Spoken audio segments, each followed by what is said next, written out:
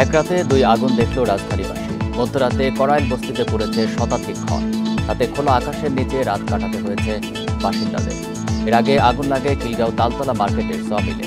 Cylinder বিস্ফোরণে তা তীব্র হয় আরো। সে আগুনে পুড়েছে গাড়ির গ্যারেজও। পরে 2 ঘন্টার চেষ্টায় তা নিয়ন্ত্রণে আসে।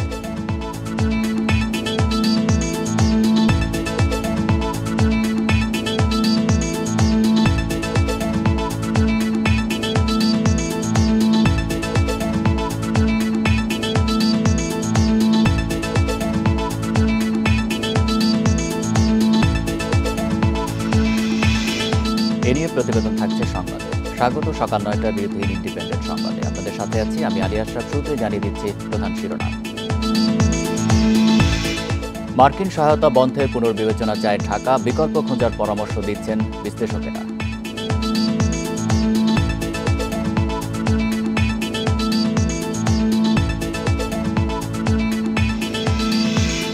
হাসিনা সরকারের পতন ছিল অনিবার্য বলছেন লতিফ সিদ্দিকী। সুষ্ঠু বিচারে হবেন অপরাধী।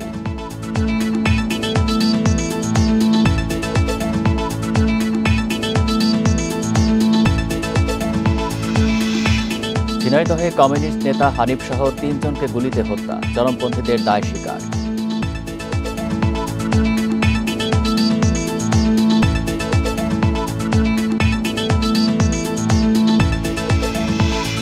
শুনছিলেন প্রধান শিরোনাম। সংবাদ এছাড়াও থাকছে দুদকের মামলা থেকে রেহাইয়ের নামে প্রতারণা। 6 মাসে অর্ধশত অভিযোগ, গ্রেপ্তার 3।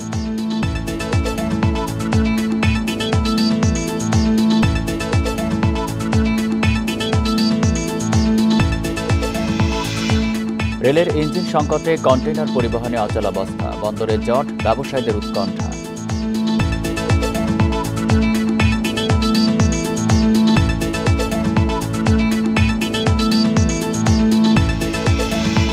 শুনছিলেন শিরোনাম, এবার বিস্তারিত। সহায়তা বন্ধের সিদ্ধান্ত পুনর্বিবেচনায় যুক্তরাষ্ট্রকে অনুরোধ জানিয়েছে ঢাকা। অন্তর্বর্তী সরকারের বন ও পরিবেশ উপদেষ্টার আশা, বাংলাদেশের জনগণ ক্ষতিগ্রস্ত হয় এমন কোনো সিদ্ধান্ত নেবে না ওয়াশিংটন। পররাষ্ট্র উপদেষ্টা জোর দিচ্ছেন নিজেদের সক্ষমতা বাড়ানোর উপর। বিশ্লেষকেরা বলছেন, আর্থিক সহায়তা বহাল রাখার বিষয়টি নির্ভর করছে ট্রাম্প প্রশাসনের বাংলাদেশ নীতির গুরুত্বের ওপর। বিভিন্ন দেশে সব ধরনের সহায়তা কার্যক্রম স্থগিতের ঘোষণা দেয় যুক্তরাষ্ট্র। 2023 সালে 180 দেশের মধ্যে সহায়তা প্রাপ্তদের শীর্ষে ছিল বাংলাদেশের নামও। 25 জানুয়ারি মার্কিন প্রেসিডেন্ট ডোনাল্ড ট্রাম্পের এই নির্বাহী আদেশ জারির ঠিক 22 দিনের মাথায় দেশটির সরকারি দক্ষতা বিভাগ DOEGE সিদ্ধান্ত নেয় আন্তর্জাতিক সহায়তা তহবিল বন্ধের। এর মধ্যে রয়েছে বাংলাদেশ, ভারত সহ বিশ্বের বেশ কয়েকটি দেশ। ঢাকা মনে করে, যুক্তরাষ্ট্রের এমন সিদ্ধান্তে শুধু বাংলাদেশের সামাজিক উন্নয়ন নয়, রাজনৈতিক ক্ষেত্রেও প্রভাব পড়বে। এটা আপাততের জন্য স্থগিত আছে। আমরা আশা করব যে মার্কিন সরকার এটাকে পুনর্বিবেচনা করবে। যদি সেখানে কোনো অনিয়ম বা অন্য কিছুর অভিযোগ থাকে, সেটা নিষ্পত্তি করা এক বিষয়, আর পুরো জিনিসটা বন্ধ করে দেওয়া হচ্ছে আরেক বিষয়। তো মার্কিন সরকারের কাছে নিশ্চয়ই আমাদের আবেদন থাকবে যে আমাদের জনগণকে ক্ষতিগ্রস্ত করে এমন কোনো সিদ্ধান্ত যারা তারা না নেয়। যুক্তরাষ্ট্রের স্বার্থের সঙ্গে বাংলাদেশের পররাষ্ট্র নীতি এবং অন্য নীতিগুলোর অ্যালাইন করছে কিনা। যদি অ্যালাইন না করে, তাহলে এটার কিছুতেই রিইম্বার্স করা হবে না।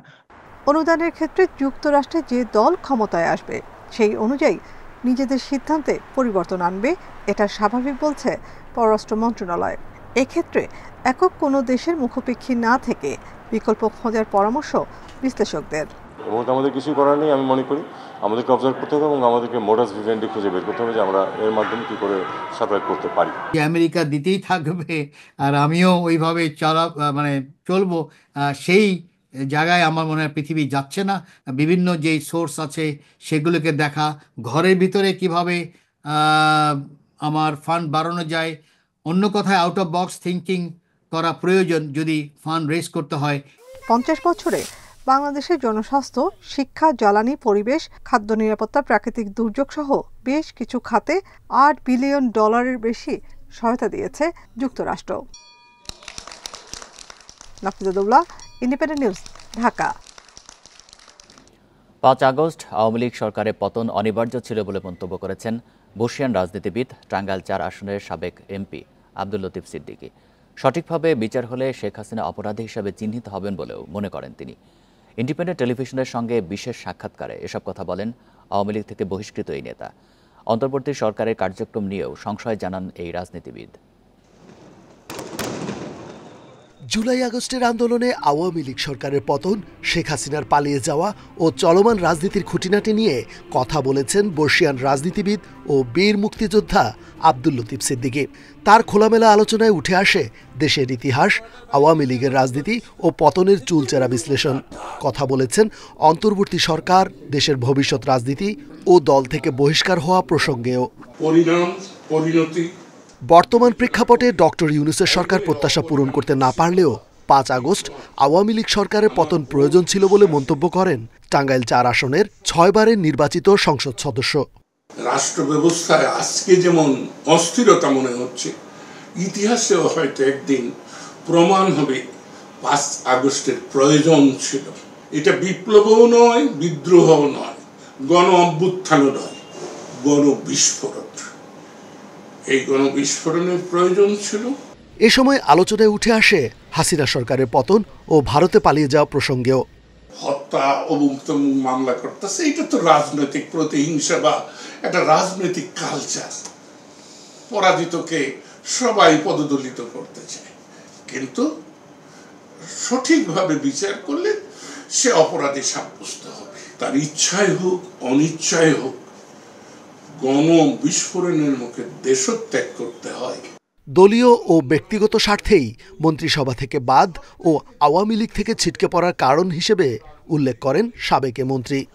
যারা সংগঠনের নিয়ন্ত্রণকারী ছিল, তাদের স্বার্থের হানি করবো তারা মনে করেছে, তারা আমাকে বহিষ্কার করেছে। তাই ওনার আশপাশে যত জঞ্জাল তৈরি হয়েছে, উনি তার দ্বারা আবর্জনার নিচে পচে গেছেন। তবে শিক্ষার্থীদের রাজনীতিতে যুক্ত হওয়াকে সাধুবাদ জানিয়ে স্বাগত জানান মুক্তিযোদ্ধা আব্দুল লতিফ সিদ্দিকী। আমি আনন্দময় মানুষ, আমি আশাবাদী মানুষ। রেজওয়ানুল হক, ইন্ডিপেন্ডেন্ট নিউজ, ঢাকা। দেশে এখনও বৈষম্য টিকে আছে বলে মন্তব্য করেছেন জাতীয় পার্টির চেয়ারম্যান জি.এম. কাদের। তার অভিযোগ, রাষ্ট্রীয় অনেক প্রতিষ্ঠানে নিয়মনীতি নেই, বিচার বিভাগও দলীয় বিবেচনার বাইরে যায় না বলেও মন্তব্য তার। শুক্রবার রাজধানীর বনানীতে জাতীয় পার্টির আন্তর্জাতিক মাতৃভাষা দিবসের আলোচনা সভা ও সাংস্কৃতিক অনুষ্ঠানে জি.এম. কাদের বলেন, সরকার ও সরকারের বাইরের মানুষ নিজেদের মতো করে ফ্যাসিবাদ ও ফ্যাসিবাদের দোসর বলে পরিচয় দিয়ে দিচ্ছে। বলেন, ১৯৫২ সালে ভাষার বিরুদ্ধে বৈষম্য বাঙালি জাতি মেনে নেয়নি। ২৪-এর বৈষম্য বিরোধী আন্দোলন যে কারণে হয়েছে তা এখনও বাস্তবায়ন হয়নি বলে মন্তব্য করে জাতীয় পার্টির চেয়ারম্যান বলেন, দেশ এখন সংকটের মধ্য দিয়ে যাচ্ছে, তাই সবাইকে দায়িত্বশীল হয়ে কাজ করতে হবে। এখন আমরা কি দেখছি বলেন? আমরা যে জন্য সংগ্রাম করেছি সেটা কি এখন পেয়েছি? বৈষম্যতা আবার শুরু হয়েছে। এই যে একটা বৈষম্য বিরোধী আন্দোলন হলো, আবার আমরা নতুনভাবে জয়লাভ করলাম। জয়লাভ করার সঙ্গে সঙ্গেই আমরা আবার একটা গর্তে পড়ে গেলাম। আবার সামনে বৈষম্য বিরোধী আন্দোলন করতে হবে, হয়তো এটাই মনে হচ্ছে। ২০১৮ সালে রাতের ভোটে সহায়তার অভিযোগে ৬৪ জেলায় দায়িত্বে থাকা এসপিদের বিরুদ্ধেও ব্যবস্থা নেওয়া হবে বলে জানিয়েছেন জনপ্রশাসন উপদেষ্টা আসিফ মাহমুদ। শুক্রবার রাতে নিজের ফেসবুক পেজে একথা জানান তিনি। আসিফ মাহমুদ লেখেন, পলাতক শেখ হাসিনা সরকারের নির্বাচনের নামে প্রশাসনের সঙ্গে সরাসরি জড়িত ছিলেন এসব পুলিশ কর্মকর্তা। উপদেষ্টা বলেন, ২০১৮ সালের বিতর্কিত নির্বাচনে দায়িত্বে থাকা পুলিশ সুপারদের ওএসডি করা হতে পারে। এদের কয়েকজনকে পাঠানো হতে পারে বাধ্যতামূলক অবসরে। একই নির্বাচনে সহযোগিতার অভিযোগে তৎকালীন জেলা প্রশাসকদের ওএসডি করা হয় বৃহস্পতিবার।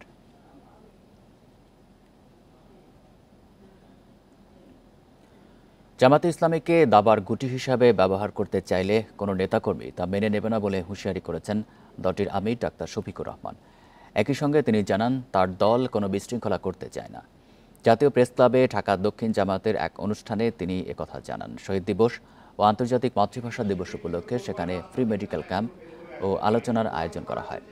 এতে জামাতের আমির আরও জানান, জুলুম, ফ্যাসিবাদ ও অন্যায়ের বিরুদ্ধে কেউ এগিয়ে না এলেও জামাতে ইসলামী প্রতিটি সদস্য প্রতিরোধ করে তুলবে। তিনি বলেন, গত ফ্যাসিস্ট আমলে পছন্দের লোক ছাড়া সবার সঙ্গে জুলুম করা হয়েছে। বিচার বিভাগকে কুক্ষিগত করে জামাত নেতাদের দমন করা হয়েছে বলেও মন্তব্য করেন তিনি।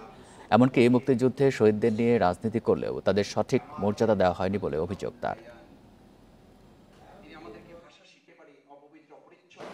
আমরা রাষ্ট্রে কোনো বিশৃঙ্খলা সৃষ্টি করতে চাই না, কিন্তু আমাদের সাথে কেউ যদি খেলেন তাহলে আমরা কারো দাবার গুটি হব না। যেখানেই অন্যায় সেখানেই প্রতিরোধ, এটা যার আমলেই হোক আমরা সেই প্রতিরোধ করার জন্য অঙ্গীকারবদ্ধ। 28 বছর পর লক্ষ্মীপুর জামাতের সমাবেশ, তাতে অংশ নিচ্ছেন জামাত আমির ডাক্তার শফিকুর রহমান। বিস্তারিত জানাতে যোগ দিচ্ছেন সহকর্মী আব্বাস হোসেন। আব্বাস, সমাবেশটি শুরু হয়েছে কিনা, আর 28 বছর পর এই সমাবেশ হচ্ছে, স্থানীয় নেতাকর্মীরা কি বলছেন?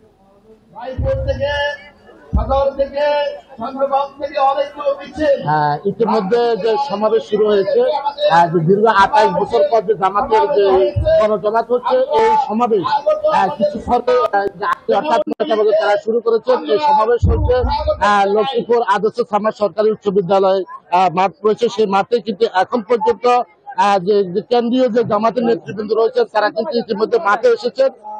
জামাতের আমির ডাক্তার শফিকুর রহমান এখন ছাত্র হাউস অবস্থান করছেন। কিছুক্ষণের মধ্যে তিনি যে সমাবেশ ফলে আসবেন এবং সমাবেশ ফলে আসার পরে তিনি বক্তব্য রাখবেন।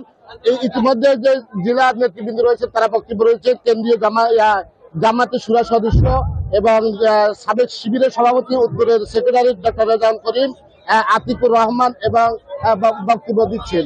এরপরে কিন্তু আমরা দেখেছি যে সামাদ যে সরকারি উচ্চ বিদ্যালয় মাঠ রয়েছে, এই মাঠ ইতিমধ্যে কানায় কানায় পূর্ণ হয়ে গেছে। অর্থাৎ মাঠে যে পুরোপুরি মাঠ কিন্তু যে পূর্ণ হয়েছে। তবে আমরা জামাতের পক্ষ থেকে যেটি জানানো হয়েছে, আজকের এই সমাবেশে বিপুল সংখ্যক যে নেতাকর্মী তারা উপস্থিত থাকবেন।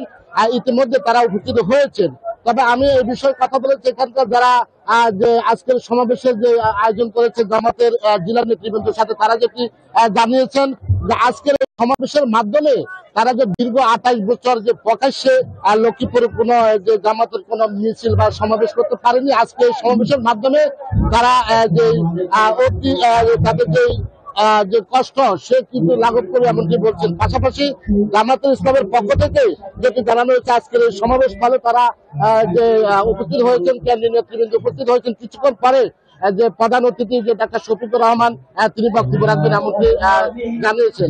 তো আমরা এখন পর্যন্ত যেটা দেখেছি ইতিমধ্যে শহর মাঠ মানে যে পূর্ণ, পাশাপাশি কিন্তু শহরের অলিগলিতে মানুষজন কিন্তু জড়ো হচ্ছে মিছিল নিয়ে, খন্ড খন্ড মিছিল নিয়ে মানুষ কিন্তু সমাবেশস্থলে আসছে। এই ছিল আমার কাছে এখন পর্যন্ত সর্বশেষ তথ্য। লক্ষ্মীপুর থেকে জানাচ্ছেন সহকর্মী আব্বাস হোসেন।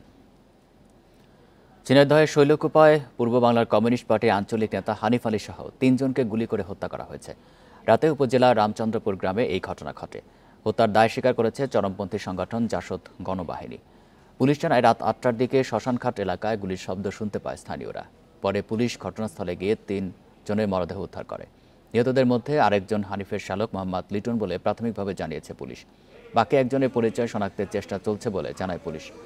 ঘটনাস্থল থেকে 2টি মোটরসাইকেল উদ্ধার করা হয়।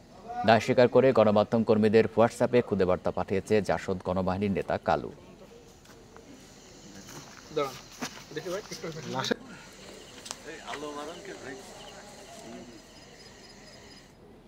ফায়ার সার্ভিসের 9টি ইউনিটের 2 ঘন্টার চেষ্টায় নিয়ন্ত্রণে আসে রাজধানীর খিলগাঁয়ের সমিলের আগুন। এতে একটি গ্যারেজে বেশ কিছু গাড়িও পুড়ে গেছে, তবে হতাহতের খবর পাওয়া যায়নি। শুক্রবার সন্ধ্যার কিছুক্ষণ পর এমন আগুনে আতঙ্ক ছড়িয়ে পড়ে খিলগাঁওয়ের তালতলা মার্কেটের আশপাশে। একটি সমিলে আগুনের শুরু হলেও মুহূর্তে ছড়িয়ে পড়ে পাশের আরেকটি মিল এবং গাড়ির গ্যারেজে। প্রাথমিকভাবে স্থানীয় মানুষ ও ব্যবসায়ীরা আগুন নিয়ন্ত্রণের চেষ্টা করেন। 7:30টার দিকে খবর পায় ফায়ার সার্ভিস। প্রথমে 2টি ইউনিট ঘটনাস্থলে আসে, পরে যোগ দেয় আরও 7টি। গ্যারেজের দাহ্য পদার্থ এবং সিলিন্ডারের কারণে আগুন তীব্র হয়। পানির সংকটে তার নিয়ন্ত্রণে বেগ পেতে হয় ফায়ার সার্ভিস কর্মীদের। আগুন যখন মোটামুটি নিয়ন্ত্রণে, তখন পানি শেষ হয়ে যায়, যার ফলে আমরা পাইপ টেনে কোনোভাবেই যত যাই করি পানির অভাবে আগুনটা নিয়ন্ত্রিত করতে পারতেছিলাম না। আগুন এই পাশ থেকে আগুনটা শুরু হয়ে পুরো কাঠের সমিল, ওখানে তো সবগুলো শুকনো কাঠ, আর যেহেতু শুষ্ক মৌসুম চলে আসছে কাঠের এখান থেকে হচ্ছে আগুনটা দ্রুত ছড়ায় গেছে। সবটি গাড়ির ভিতরে সিলিন্ডার লাগানো আছে, সবটি গ্যাস সিলিন্ডার বাস্ট হয়ে গেছে। 6টা-7টা গাড়ি পুড়ে গেছে আগুনে, পুরা বিধ্বস্ত অবস্থা হয়ে গেছে আমাদের ওয়ার্কশপ সহ আশেপাশে যতগুলো ওয়ার্কশপ আছে। 2 ঘন্টার চেষ্টায় এই আগুন নিয়ন্ত্রণে আনে ফায়ার সার্ভিস। জানাই গ্যারেজে বেশ কিছু গ্যাস সিলিন্ডার বিস্ফোরিত হয়েছে। এটা তদন্ত সাপেক্ষ। এটা কি কোনো একটা অক্সিঅ্যাসিটিলিন শিখা থেকে হয়েছে, না এটা কোনো কেউ সিগারেট খেয়ে করেছে, না কেউ এখানে মানে সাবোটাজ হয়েছে, এই প্রত্যেকটা বিষয় আমাদেরকে দেখতে হবে। প্রত্যক্ষদর্শীরা জানান আগুনে বেশ কয়েকটি গাড়ি পুড়ে গেছে। তদন্তের পর ক্ষয়ক্ষতির পরিমাণ জানাবে ফায়ার সার্ভিস। এই ঘটনায় হতাহতের খবর মেলেনি। Hasan Misba, independent News, Dhaka. আগুনের আরও খবর জানাতে রাজধানীর খিলগাঁও থেকে যোগ দিচ্ছেন সহকর্মী আদিলুর রহমান। আদিলুর, এই আগুনে কি পরিমাণ ক্ষয়ক্ষতি হয়েছে জানা গেছে কিনা? ফায়ার সার্ভিসের পক্ষ থেকে কি বলা হয়েছে?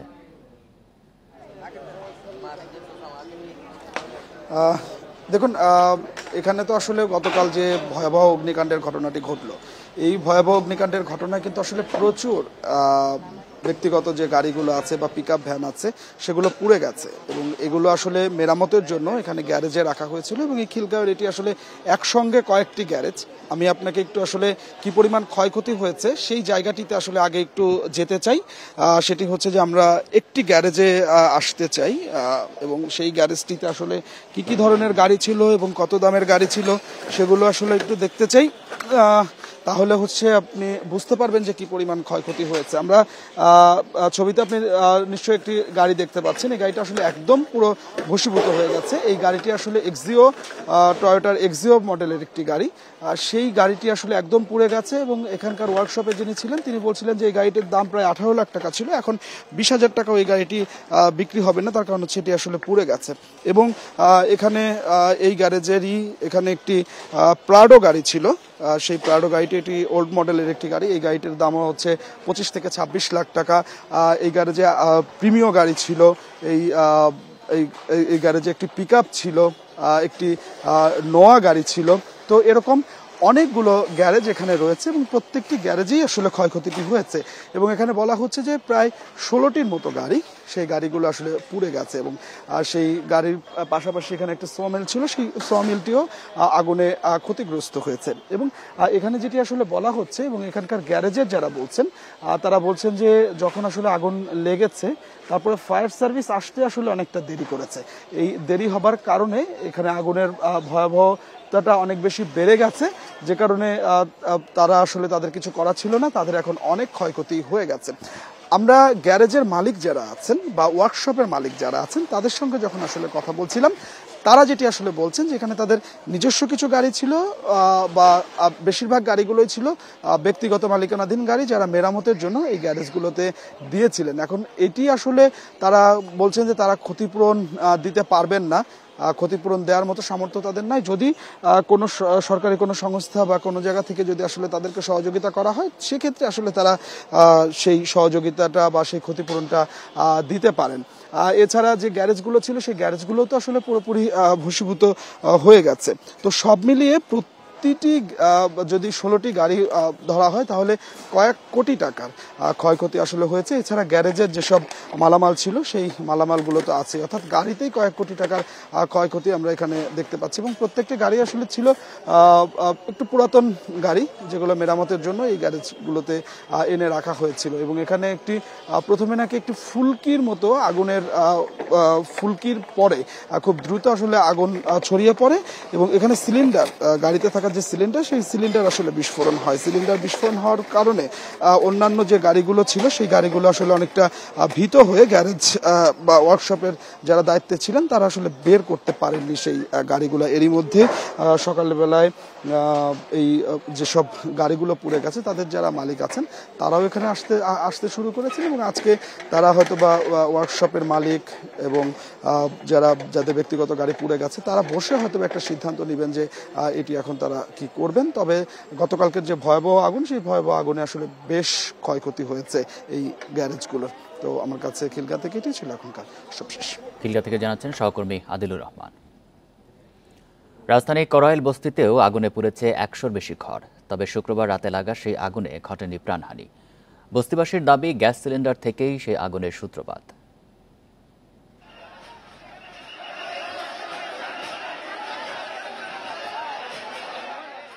শুক্রবার রাত 1:45 আগুনে পুড়ছে কড়াইল বস্তি। ছুটোছুটি শুরু হলেও তখনও ঘুম ভাঙেনি অনেকের। তাদের উদ্ধারে প্রথমে এগিয়ে আসেন স্থানীয়রা। এর 10 মিনিটের মাথায় সেখানে আসে ফায়ার সার্ভিস। পরে ঘণ্টাখানেকের চেষ্টায় আগুন নিয়ন্ত্রণে আনে 8টি ইউনিট। ক্ষয়ক্ষতি এবং কারণ সম্পর্কে আমরা অগ্নি নির্বাপনের পরে তদন্ত করে আমরা বলতে পারবো। আর যেটা আহত নিহতর কথা বলেছেন, এখানে এ পর্যন্ত কোনো আহত নিহত হয়েছে এমন কোনো তথ্য আমাদের কাছে নাই, এবং কোনো লোক মিসিং আছে এমন তথ্যও আপাতত আমাদের কাছে নেই। তবে এর আগেই সাজানো সংসার পুড়ে ছাই শাহনাজ বেগমের। ঘরের পাশের দোকানেও হয়েছে বড় আর্থিক ক্ষতি। তার মতোই অবস্থা অন্তত 100 পরিবারের। এখন ধ্বংসস্তূপেই স্বপ্ন খুঁজছেন তারা। তো রাতে আমরা সবাই খাওয়া দাওয়া করে লাইট নিবে শুইছি। রাতে 12:30 বাজে মানে শুনি চিল্লাপাল্লা, পরে ঘরের দরজা খুলে দেয়, পরে এদিকে আগুন আয়া পড়ছে। আমরা বাইরেতে আমগো ঘরে লাগিয়ে গেছে গা। আমরা একটা সুতাও বাইর করতে পারি নাই, সব পুড়ে গেছে গা আমগো। এই খাটটা আমি ঘুমানো ছিলাম, ঘুমের থেকে এখান থেকে উঠটাই দেখি ফাঁক দেওয়া ধোঁয়া আসছে। তো আর চিল্লি অনেক, তো দৌড়ায় বাইরে এসেছি, খালি পায়ে বাইরে এলাম। বাইরে দেখি আগুনটা ছোট, বেশি বড় না। তো এই দেখতে দেখতেই ভাই দাম করে বাস্ট হয়ে বড় হয়ে গেল আগুনটা, পুরা ধৈরা মইরা সব কিছু শেষ হয়ে গেল ভাই।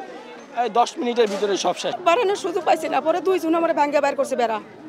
এই পর্যন্ত আর খবর পাই না, অজ্ঞান হয়ে গেছিলাম সব। কোনো কিছু খালি শরীরে কাপড়টা আছে। রাজধানীর সবচেয়ে বড় বস্তি কড়াইল। এর আগেও আগুন লেগেছে কয়েক দফা। তা মোকাবিলায় স্থানীয়দের প্রশিক্ষণ দিয়েছে fire service. Hasan Misbah, independent News, Dhaka. ক্যাম্পাসে ছাত্র রাজনীতি বন্ধ, ভিসির পদত্যাগ সহ 6 দফা দাবিতে কুয়েট ভিসির বাসভবনে তালা দিয়েছে আন্দোলনরত শিক্ষার্থীরা।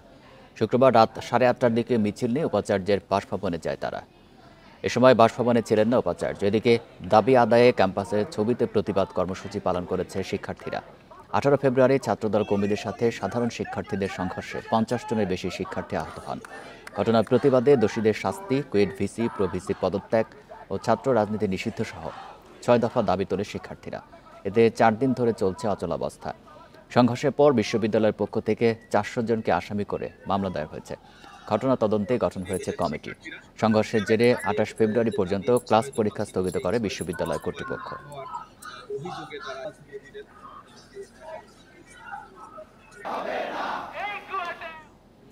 ক্যাম্পাসের সবশেষ অবস্থা জানাতে এবার খুলনা থেকে যুক্ত হচ্ছেন সহকর্মী AHM শামীমুজ্জামান। শামীম, এই মুহূর্তে ক্যাম্পাসের পরিস্থিতি জানাবেন। আর ভিসির বাসভবন তো তালা দিয়েছে শিক্ষার্থীরা, তারা এখন কি বলছে?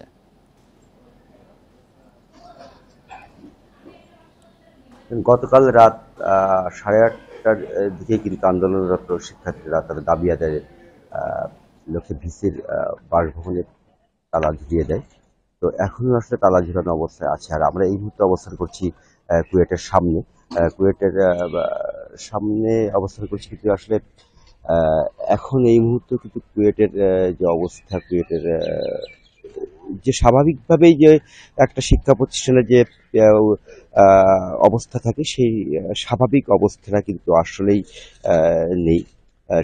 শিক্ষার্থী যেহেতু এখন সকাল 9টা, স্বাভাবিকভাবেই প্রাণ চাঞ্চল্য এখন শুরু হয়নি, হয়তো আরো কিছু সময় লাগবে। আরেকটা কথা একটু বলে রাখি যে 28 তারিখ পর্যন্ত কিন্তু কুয়েটের একাডেমিক কার্যক্রম বন্ধ ঘোষণা করেছে কুয়েট কর্তৃপক্ষ। আর আন্দোলনরত শিক্ষার্থীরা যেটা বলছেন যে তাদের যে দাবি রয়েছে, সেই দাবি আদায় না হওয়া পর্যন্ত তারা আন্দোলনে থাকবেন এবং তারা আস্তে আস্তে কঠোর থেকে কঠোর কর্মসূচি তারা ঘোষণা করবেন এবং কঠোর কর্মসূচিতে তারা যাবেন।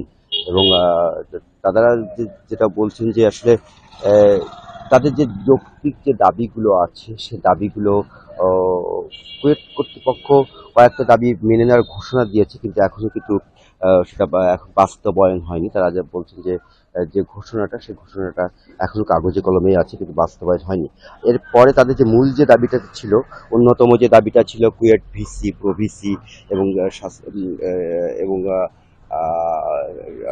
পরিচালকের যে পদত্যাগের যে দাবি, সেই দাবিটার বিষয়ে কিন্তু এখনো কর্তৃপক্ষ কোনো সিদ্ধান্ত নেয়নি এবং কুয়েট ভিসি কিন্তু বলেছেন যে তিনি পদত্যাগ করবেন না, যেটা আসলে সাধারণ শিক্ষার্থীরা মেনে নিতে পারছে না। তারা যেটা বলছেন যে আসলে এই যা সংঘর্ষের ঘটনা, যে হামলার ঘটনার পিছনে কিন্তু কুয়েট ভিসির দায়িত্বহীনতা ছিল। দায়িত্বহীনতার কারণেই কিন্তু এই হামলা হয়েছে, সংঘর্ষ হয়েছে, যে কারণে আসলেই কুয়েট ভিসির পদত্যাগের কোনো বিকল্প নেই এবং তারা যেটা বলছেন যে তাদের দাবি আদায় না হওয়া পর্যন্ত তারা আন্দোলনে থাকবেন। তো এই ছিল আমার কাছে সর্বশেষ তথ্য।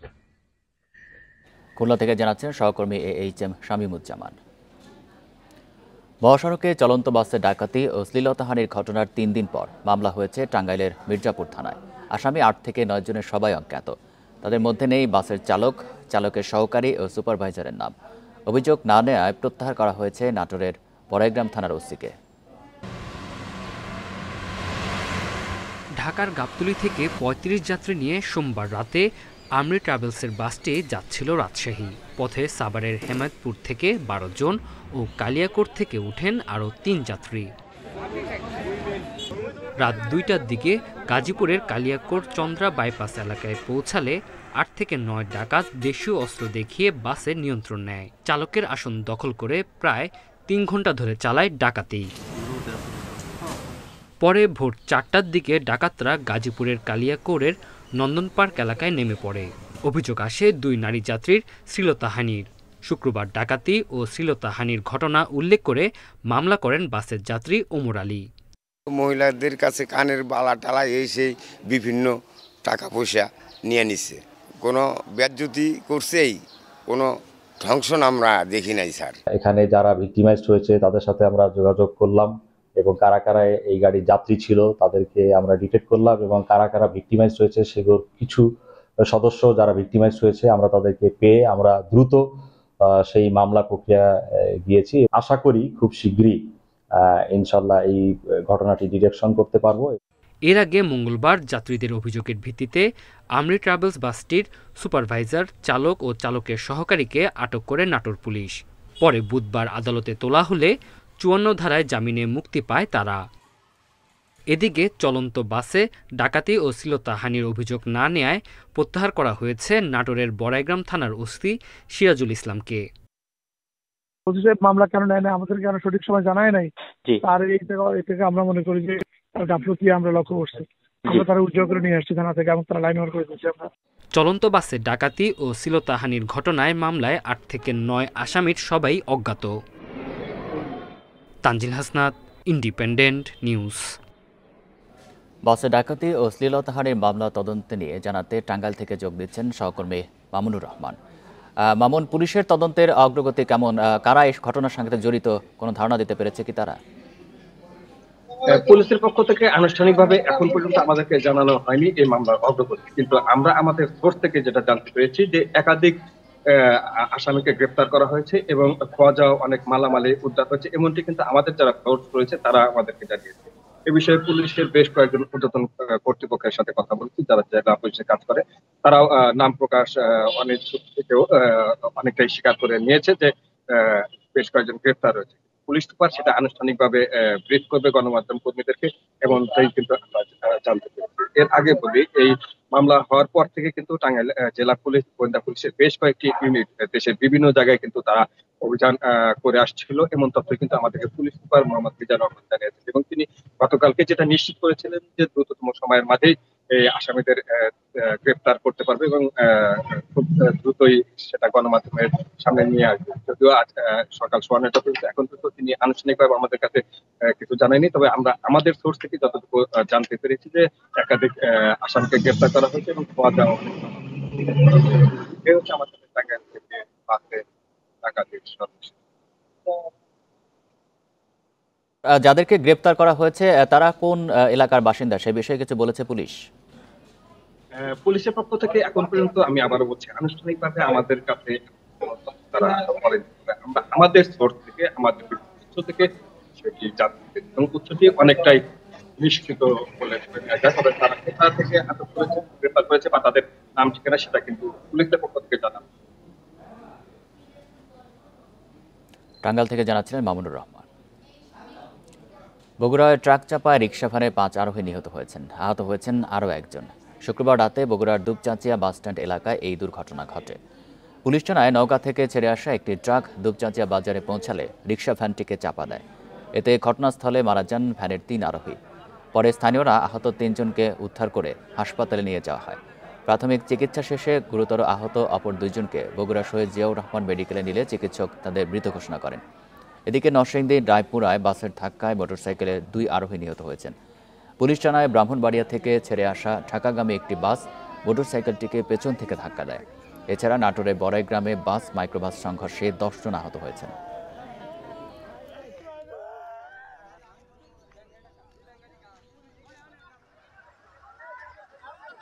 এখানে 6 জন যাত্রী ছিল টোটাল, তার মধ্যে 3 জন স্পট ডেথ আর বাকি 2 জন খুবই মুমূর্ষ অবস্থায় আমাদের কাছে আসে। আমরা প্রাথমিক পরিচর্যা করার পরে ড্রেসিং করে দেওয়ার পরে হেড ইনজুরি ছিল 2 জনেরই, অবস্থা খুবই আশঙ্কাজনক।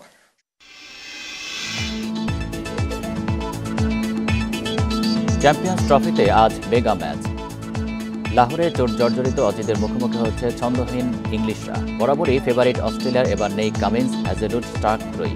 অন্যদিকে সবশেষ সিরিজে ভারতের কাছে হোয়াইট হাউসের স্বাদ পেয়েছে ইংল্যান্ড। তারপরও অজিদের হারাতে আশাবাদী তারা। খেলা শুরু বেলা 3টায়।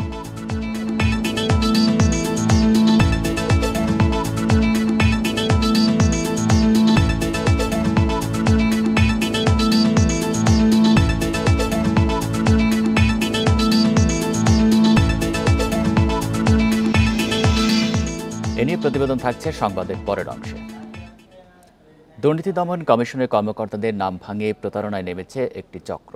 এরই মধ্যে একটি চক্রের 3 জনকে গ্রেপ্তার করেছে পুলিশ। দুদক বলছে 6 মাসে প্রতারণার অর্ধশত অভিযোগ এসেছে, তবে এই সংখ্যা আরও অনেক বেশি বলে ধারণা তাদের। দুদকের মামলা থেকে রেহাই দেওয়ার নামে কেউ টাকা দাবি করলে সংস্থার প্রধান কার্যালয়ে যোগাযোগের পরামর্শ মহাপরিচালকের। আওয়ামী লীগ সরকারের পতনের পর দুর্নীতি দমন কমিশনের কার্যক্রমের গতি বেড়ে যায়। পতিত সরকার ও তাদের দোসর মিলিয়ে 5 শতাধিক দুর্নীতির অভিযোগ নিয়ে কাজ শুরু করে সংস্থাটি। এরই মধ্যে দায়ের হয় 2 শতাধিক মামলা। দুদকের তৎপরতার সাথে সাথে সংস্থাটির নাম ভাঙিয়ে প্রতারণায় সক্রিয় হয়ে ওঠে কয়েকটি চক্র। বিশেষ করে রংপুরের পীরগঞ্জ ও মাদারীপুরের পুরনো প্রতারক চক্র আবার মাথাচাড়া দিয়ে উঠেছে। দুদক চেয়ারম্যানের নামে চাঁদাবাজির অভিযোগে গ্রেপ্তার করা হয় পীরগঞ্জের রেজওয়ানুল ইসলাম সহ 3 জনকে।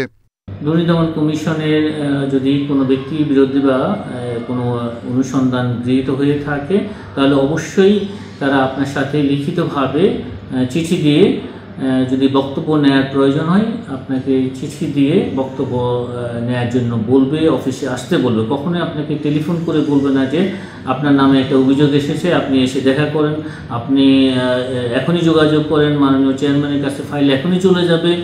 দুদকের মামলা থেকে রেহাই দেওয়ার নামে টাকা দাবি করে থাকে এসব চক্র, যাদের সাথে দুদকের কোনো সম্পর্ক নেই বলে দাবি সংস্থাটির। ব্যক্তি প্রতারণা করে যদি কোনো ফোন কল করে থাকে তার দায়িত্ব হবে নিকটস্থ দুর্নীতি দমন কমিশন কর্মকর্তাদেরকে অবহিত করা, অথবা 106-এর মাধ্যমেও আমাদেরকে তারা এই বিষয়টা জানাতে পারেন। নিজেদের অন্তত 12 কর্মকর্তার বিরুদ্ধে দুর্নীতির অভিযোগ অনুসন্ধান করছে দুদক। এরই মধ্যে মামলা করা হয়েছে 4 কর্মকর্তার বিরুদ্ধে। রিশাদ হুদা, ইন্ডিপেন্ডেন্ট নিউজ, ঢাকা। এসির তাপমাত্রা 25 ডিগ্রির মধ্যে থাকলে আসন্ন রমজান ও গ্রীষ্ম মৌসুমে বিদ্যুৎ সরবরাহ স্বাভাবিক থাকবে বলে জানিয়েছেন বিদ্যুৎ, জ্বালানি ও খনিজ সম্পদ মন্ত্রণালয়ের উপদেষ্টা মোহাম্মদ ফাউজুল কবির খান। বিকেলে সিরাজগঞ্জ সোলার পাওয়ার প্ল্যান্ট পরিদর্শন শেষে তিনি একথা বলেন। এ সময় তিনি জানান, সরকারের নির্দেশনা কেউ অমান্য করলে বিদ্যুৎ কেন্দ্র থেকে তাদের সরবরাহ বিচ্ছিন্ন করা হবে। বিদ্যুৎ ব্যবহারে সবাইকে সাশ্রয়ী হওয়ার আহ্বান জানান উপদেষ্টা। এ সময় তিনি আরও বলেন, বিদ্যুৎ উৎপাদনের জন্য জ্বালানি, গ্যাস, কয়লা কেনার জন্য ডলারের সংস্থান এবং বিদ্যুৎ কেন্দ্রগুলোর বার্ষিক মেইনটেন্যান্স সম্পন্ন হয়েছে। এতে বিদ্যুতের উৎপাদন অব্যাহত থাকবে। কেন্দ্রগুলোতে অনাকাঙ্ক্ষিত কোনো ঘটনা না ঘটলে বড় সমস্যা হবে না।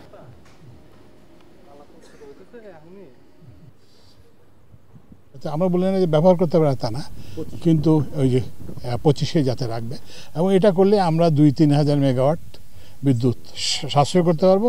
এর ফলে হবে কি যে আমরা ওই রোজার মধ্যে আর কোনো লোডশেডিং করতে হবে না। কিংবা ইঞ্জিন সংকটে রেলপথে চট্টগ্রাম বন্দর থেকে ঢাকা আইসিডিগামী কন্টেইনার পরিবহনে অচলাবস্থা দেখা দিয়েছে। প্রতিদিন 3টি ট্রেনে কন্টেইনার পরিবহনের কথা থাকলেও এখন একটি চালাতেই হিমশিম খাচ্ছে রেল কর্তৃপক্ষ। এতে বন্দরে কন্টেইনার জট ও পণ্য নিয়ে বিপাকে আমদানি রপ্তানিকারকেরা। স্বাভাবিক সময়ে দিনে 160 কন্টেইনার রেলপথে চট্টগ্রাম বন্দর থেকে কমলাপুর আইসিডিতে পরিবহন করে রেল বিভাগ। গত কয়েক সপ্তাহে তা নেমেছে 50 থেকে 60টিতে। এতে বন্দরের সিজিপি ইয়ার্ড এবং ট্রানজিট পয়েন্টে তৈরি হচ্ছে কন্টেইনার জট। আইসিডিগামী ইয়ার্ডে 876 কন্টেইনার রাখার সুযোগ থাকলেও জমেছে 1,500-এর বেশি। রেল বিভাগ বলছে ওয়াগন ট্রেন প্রস্তুত থাকলেও ইঞ্জিন পাওয়া যাচ্ছে না, তাই সময় মেনে কন্টেইনার ট্রেন ছাড়তে পারছে না তারা। আমরা পর্যাপ্ত ইঞ্জিন পাওয়ার বা যেটা আমার এখান থেকে ঢাকা কন্টেইনার নিয়ে যাবে রংপুর, দিনাজপুর, শহীদপুর যাবে, ওই বড় পাওয়ারগুলো আমাদের একটু ক্রাইসিস হয়ে গেছে, যার জন্য এই প্রতিনিয়ত আমরা শিডিউলটা রক্ষা করতে পারতেছি না। 2 সপ্তাহ পণ্য ভর্তি কন্টেইনার আটকে থাকায় চিন্তিত ব্যবসায়ী ও বন্দর ব্যবহারকারীরা। একটা ফুল কন্টেইনারের যে স্টোরেজ কস্ট সেটা আমাদেরকে বিল করে দেওয়া হয়, সেই বিলটা আবার আমাদেরকে কনসাইনি থেকে রিকভার করতে গেলে আমরা বিভিন্ন ধরনের ঝামেলার মধ্যে পড়ি। প্লাস আবার দেখা যাচ্ছে যে এই কন্টেইনারগুলো স্টাক আপ হয়ে থাকে, যেগুলো আমরা রিইউজ করতে পারছি না। Country moves with the Chittagong port, এটা চট্টগ্রাম বন্দরের বাইরেও কিন্তু লেখা আছে, we moves, country moves with us. সুতরাং এই যে country moves with the Chittagong port করতে হলে আপনাকে চট্টগ্রাম বন্দরকে সক্ষমতা বাড়াতে হবে, আধুনিক করতে হবে, অটোমেশনে যেতে হবে। সংশ্লিষ্টরা বলছেন, সেচ মৌসুমের আগে দেশের বিভিন্ন এলাকায় তেলের ওয়াগন পরিবহনেও ঠিকমতো ইঞ্জিন বরাদ্দ দিতে পারছে না রেল বিভাগ। অনুপম শীল, ইন্ডিপেন্ডেন্ট নিউজ, চট্টগ্রাম। পাহাড়ে ফুটেছে বাহারি ফুল, বসন্তে শিমুল, সজনে, পলাশ, উদাল, বসন্ত মঞ্জুরি সহ নানা ফুলের রঙিন প্রকৃতি। বেড়াতে এসে ফুলের সৌন্দর্যে মুগ্ধ পর্যটকেরাও। বন উজাড়ের ফলে হারিয়ে যাচ্ছে অনেক বৃক্ষ। পাহাড়ের প্রকৃতি ও পরিবেশ রক্ষায় গাছ সংরক্ষণের তাগিদ পরিবেশ কর্মীদের। পাহাড়ে রং ছড়িয়েছে কমলা ও লাল রঙের শিমুল। ফুলের মধু পান করতে ছুটে আসছে পাখি ও কাঠবিড়ালি। রঙিন হয়ে উঠেছে পার্বত্য চট্টগ্রামের বিলুপ্তপ্রায় উদাল। ফুটেছে পলাশ, বসন্ত মঞ্জুরি, সজনে সহ নানা ধরনের ফুল। বছরের অন্য সময়ের তুলনায় বসন্তের প্রকৃতি দেখে মুগ্ধ পর্যটকরাও। অসাধারণ এই সৌন্দর্য, এই সৌন্দর্যে আরো নতুন মাত্রা যোগ করেছে এখানকার বিভিন্ন ধরনের পাহাড়ি ফুল। সৌন্দর্য ছড়াচ্ছে, যেটা দেখে আমাদের এই দূর থেকে চট্টগ্রাম শহর থেকে আসার ক্লান্তিটা এক নিমিষেই মিশে গেছে। এখানে অনেক ধরনের পাহাড়ি ফুল ফুটেছে, যেমন পলাশ, শিমুল, আরো অনেক ধরনের ফুল। এগুলো সব কিছু একাকার মিলে পাহাড়ের এক নতুনই রূপ সৃষ্টি হয়েছে। তবে পরিবেশবাদীরা বলছেন, ক্রমাগত বন উজাড়ের কারণে হারিয়ে যাচ্ছে উদাল, শিমুল সহ নানা প্রজাতির গাছ ও উদ্ভিদ। পাহাড়ের সৌন্দর্য ও প্রকৃতি রক্ষায় দেশি বৃক্ষ সংরক্ষণে উদ্যোগ নেওয়ার তাগিদ তাদের। বন উজাড়ের কারণে এবং এই জনসংখ্যার বৃদ্ধির কারণে আসলে আমাদের এই বিশেষ করে হচ্ছে উদাল, পলাশ, শিমুল এগুলো উজাড় হয়ে যাচ্ছে। তো আমি মনে করি আসলে এটা আমাদের উদ্যোগ নেওয়া দরকার। পাহাড়ের বিভিন্ন প্রজাতির ফুল ও দেশীয় গাছ রক্ষা প্রকল্পের আওতায় প্রতি বছরই বিভিন্ন প্রজাতির চারা বিতরণ করা হচ্ছে বলে জানান এই কর্মকর্তা। উপযুক্ত এলাকাতে আমরা ওই স্পিসিসগুলো যাতে ফিরে আসে, এটার জন্য একটা কার্যক্রম আমরা চালাচ্ছি এবং সেটা কন্টিনিউ করতেছি। উদাল সহ আর বিভিন্ন স্পিসিস আমরা এখানে কিন্তু সংরক্ষণ করতেছি, এখান থেকে যাতে হারিয়ে না যায়। পার্বত্য চট্টগ্রামে বিলুপ্তির পথে প্রায় 185 প্রজাতির উদ্ভিদ। Independent news. এই ছিল এখনকার সংবাদে। ইন্ডিপেন্ডেন্ট টেলিভিশনের সব খবরের আরো বিস্তারিত জানতে চোখ রাখুন ফেসবুক, ইউটিউব এবং এক্সে। ধন্যবাদ সবাইকে।